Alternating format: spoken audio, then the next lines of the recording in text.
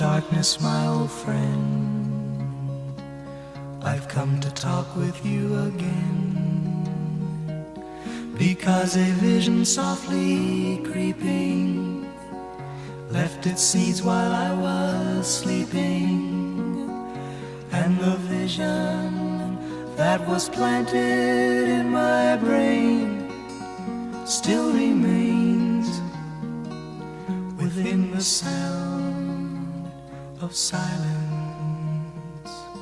In restless dreams I walked alone, narrow streets of cobblestone, neath the halo of a street lamp. I turned my collar to the cold and damp, when my eyes were stabbed by the flash of a neon light.